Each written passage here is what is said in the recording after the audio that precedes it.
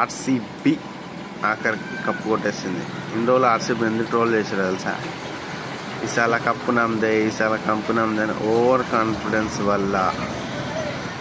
అంటే 2008లో IPL start అయింది. First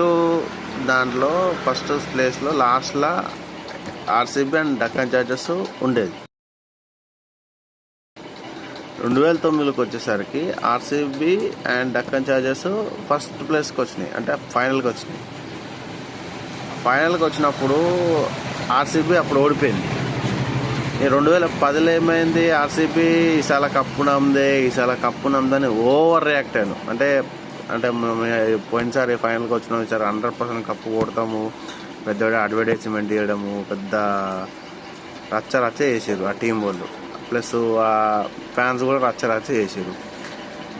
అప్పుడు కూడా ఆర్సీబీ కప్పు కొట్టలేదు. అప్పటి నుంచి ప్రతిసారి ఈసారి కప్పు నమ్మదే అని ఎవ్రీ టైం అనేసరికి ట్రోల్ అయిపోయింది.